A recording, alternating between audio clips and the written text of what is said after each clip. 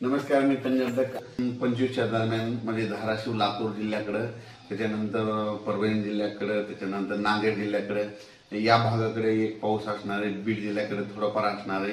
म्हणजे सर्वदूर जिल्ह्यात पडणार नाही, फक्त काही भागामधून पडून जाईल म्हणून हा अंदाज लक्षात येतं. म्हणजे सांगायचं झालं 26 जून पर्यंत असाच पाऊस राहणार आहे, विखुरलेल्या स्वरूपाचा राहणार आहे, सर्वदूर पडणार नाही म्हणून हे अंदाज लक्षात येतं. राज्यामध्ये आता हे जे वारं चालू आहे ते काही ठिकाणी 25 जूनला बंद होईल, काही ठिकाणी 26 जूनला बंद होईल आणि हे वारं बंद झाल्याच्या नंतर परत चांगलं पावसाचं वातावरण तयार होणार आहे.